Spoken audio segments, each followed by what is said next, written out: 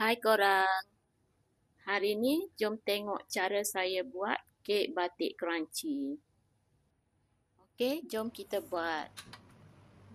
Letak kuali atas dapur, nyalakan api, guna api sederhana. Mula-mula kita akan cairkan butter. Masukkan 115 gram butter ke dalam kuali. Masak sehingga butter cair.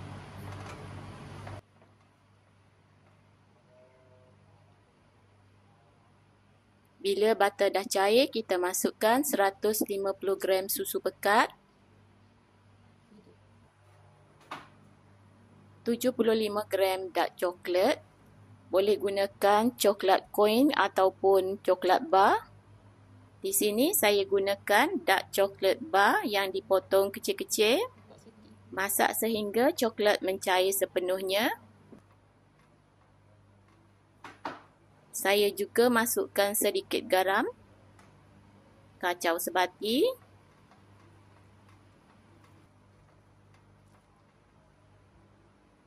Coklat dah betul-betul cair, kita masukkan 60 gram serbuk coklat, 30 gram serbuk koko. Kacau sehingga larut sepenuhnya.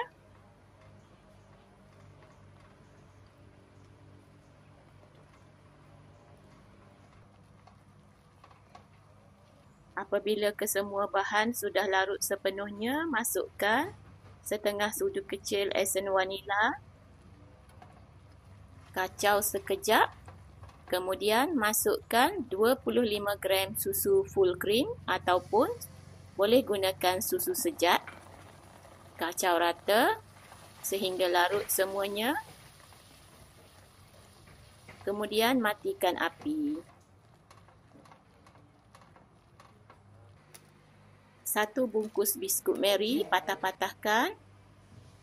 Masukkan biskut yang sudah kita patah-patahkan ke dalam adunan coklat.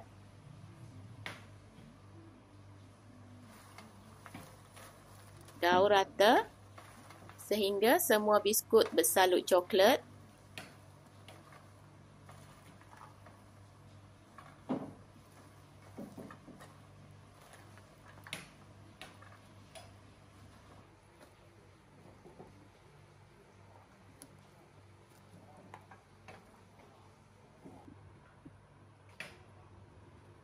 Loyang 7x7 inci.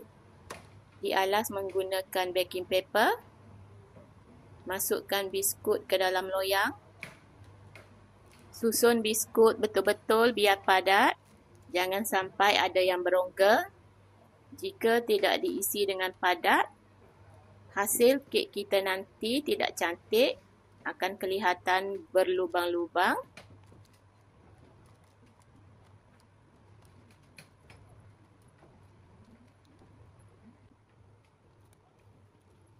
Tekan-tekan dan padatkan.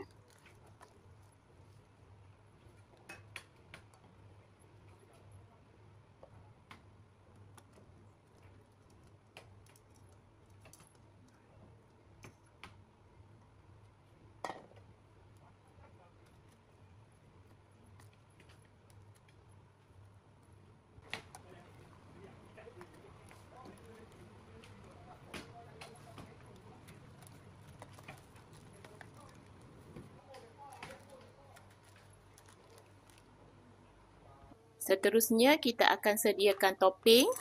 Untuk resepi topping, kita gunakan 180 gram dark coklat, 1 sudu besar butter dan juga 50 ml whipping cream. Dalam video ni saya terlupa masukkan whipping cream. Panaskan sekejap dalam microwave. Keluarkan coklat.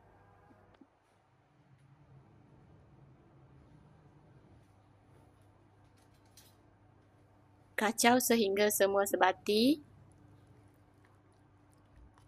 Jangan lupa ya untuk masukkan 50 ml whipping cream.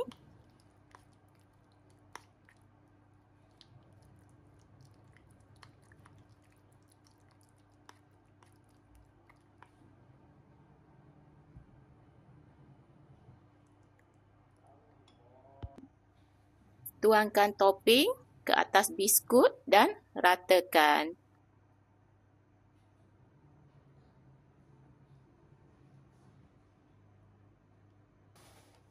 Biarkan coklat mengeras, masukkan ke dalam peti sejuk selama 2 ke 3 jam.